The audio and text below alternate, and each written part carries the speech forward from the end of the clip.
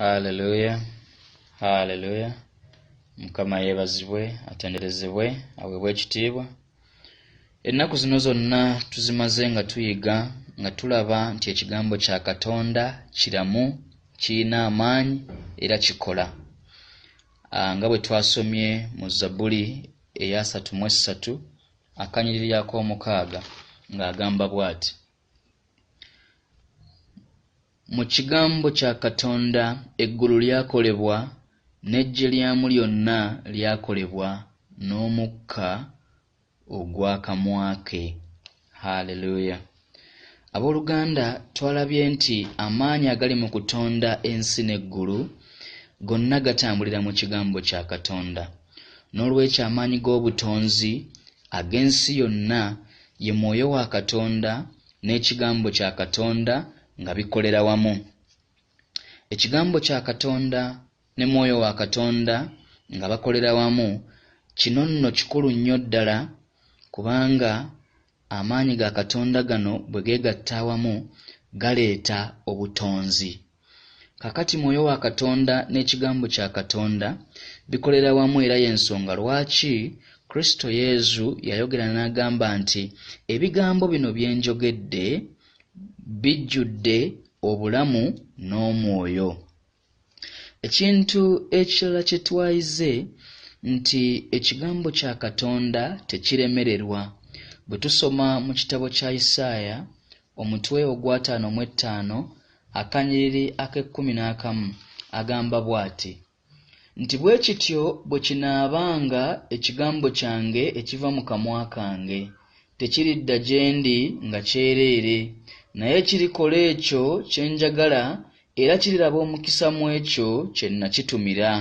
Haleluya. Abooluganda, Omukama yeebazibwe.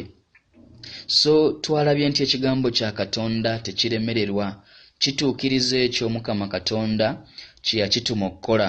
Ate twalabye mu Ibraniya omutwe ogwokuna akanyiriri ak'e12 nti ekigambo kya Katonda kiramu era ky'amaanyi era kikola, so nga kyogi okusinga ekitala kyonna eky'obwogi obubiri.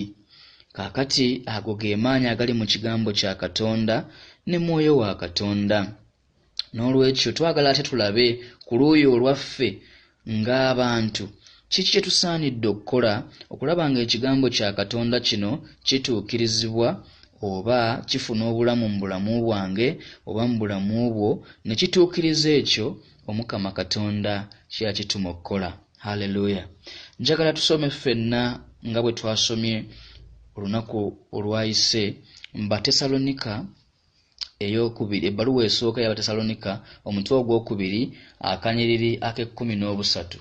Katulabe agamba bw'ati: naffe kyetuva twebaza Katonda obutayosa, kubanga bwe mwaweebwa ffe ekigambo eky'okuwulirwa kya Katonda, temwakitwala oba temwakitoola nga kigambo ky'abantu, naye nga bwe kiri amazima ekigambo kya Katonda, n'okukola ekikolera mu mmwe abakkiriza.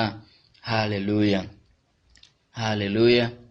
N'olwekyo wano ekigambo kino kitugamba nti tuyina okubanga ekigambo kya Katonda tukitwala ng'ekigambo ekivira ddala eri Katonda, ate era ne tukikkiriza mu bulamu bwaffe. N'olwekyo ekigambo kya Katonda kijja kukola mu nze owooluganda, kijja kukola mu ggwe owooluganda, okusinziira ku butya bw'okyanukula, okusinziira ku butya bw'okikkiriza, okusinziira ku butya bw'oyaniriza ekigambo kino mu bulamu bwo. Haleluya. Amazima amalala ge twayize nti ekigambo kya Katonda kino okubanga kyeyoleka mu bulamu bwange, waliwo ebisaanyizo byensaanidde okuba nabyo oba ebyo byensaanidde okutuukiriza. Twasomye mu kitabo kya Yakobo omutwe ogusooka akanyiriri ak'21 ng'agamba bw'ati: kale muteekenga wala obugwagwa bwonna n'obubi obusukkiridde, mutoolenga n'obwewombeefu ekigambo ekisigibwa ekiyinza okulokola obulamu bwammwe.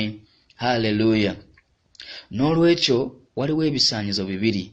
Ekisooka nti tuteekenge wala obubi bwaffe, enneeyisa yaffe embi, obukyayi, obutasonyiwa, obujeemu, empisa yonna embi eri mu bulamu bwaffe tugiteekere ddala wala. Ate ekyokubiri nti twanirize ekigambo kya Katonda n'obuwombeefu. Abooluganda nno kino kikulu nnyo okubanga ekigambo kya Katonda tukyaniriza n'obuwombeefu era n'okukkiriza mu bulamu bwaffe. Haleluya. N'olwekyo olwaleero owooluganda ate tugenda kubanga tuyiga butya Omukama bw'anoonya abaana be ab'okusomesa. Omukama anoonya abayizi. Omukama anoonya abayizi era okubeera omuyizi wa Katonda waliwo ebisaanyizo by'olina okubeera nabyo, gamba nga obuwombeefu n'okuba ng'otya Katonda.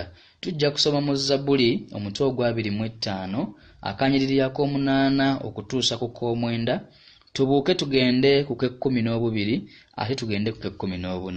Nja kusomayo. Agamba bw'ati: Mukama ye mulungi era wa mazima, kyanaavanga ayigiriza ekkubo abalina ebibi. Abawombeefu anaabayigirizanga ekkubo lye. Olw'ekkumi. Omuntu atya Mukama aluwa? Oyo gw'anaayigirizanga mu kkubo ly'anaasiimanga. Ekkumi. Ekyama kya Mukama kiri mu abo abamutya, era anaabalaganga endagaano ye.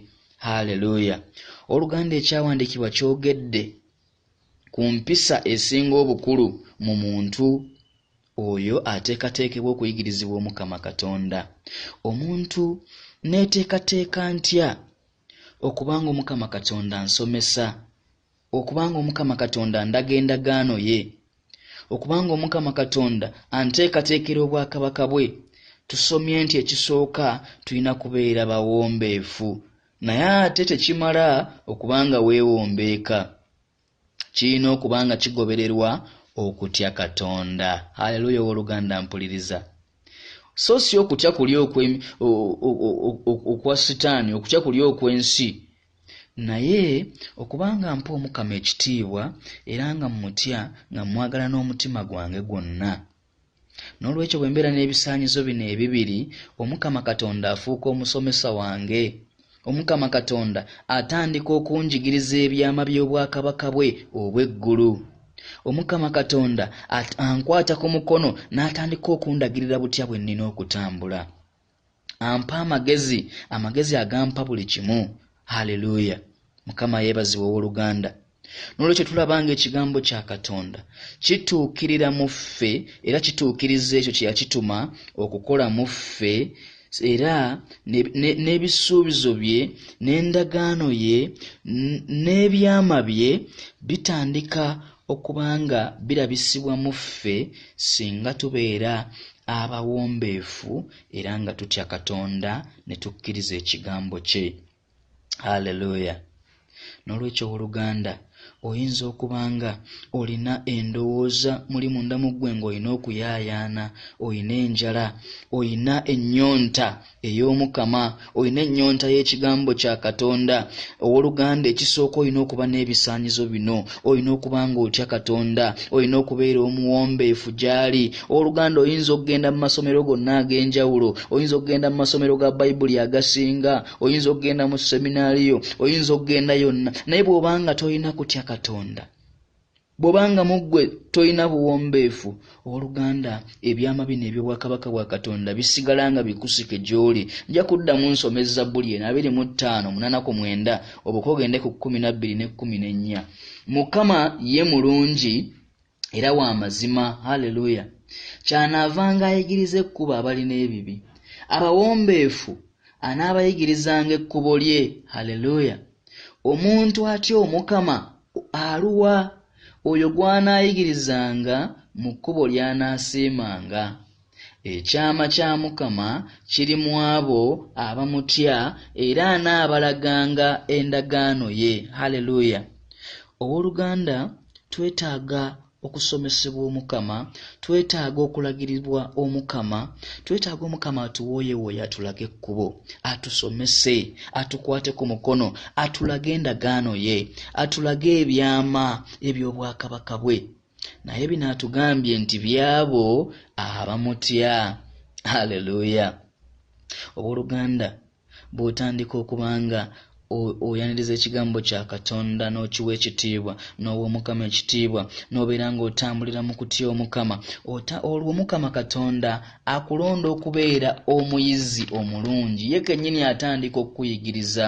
Omukama atandika okukuyigiriza empisa ye, akuyigiriza empisa y'obwakabaka bwe, akuyigiriza butya bw'osaanidde okutambulira mu bwakabaka bwe, butya amaanyi ge bwe gasaanidde okukola mu ggwe.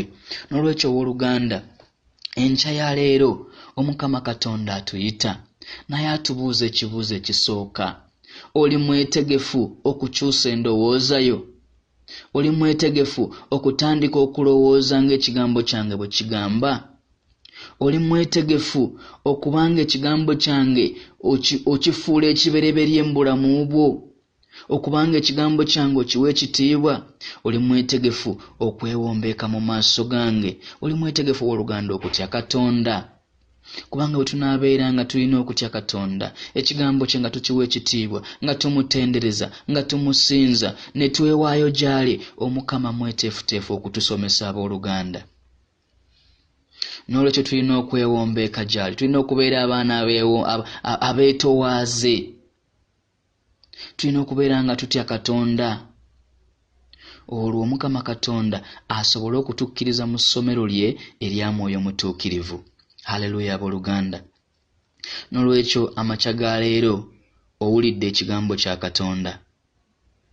Era ekigambo kya Katonda kinnyonnyoddwa na kiki kitegeeza. Kakati kiki kitegeeza gwe gugenda okubeera omulimu gwo.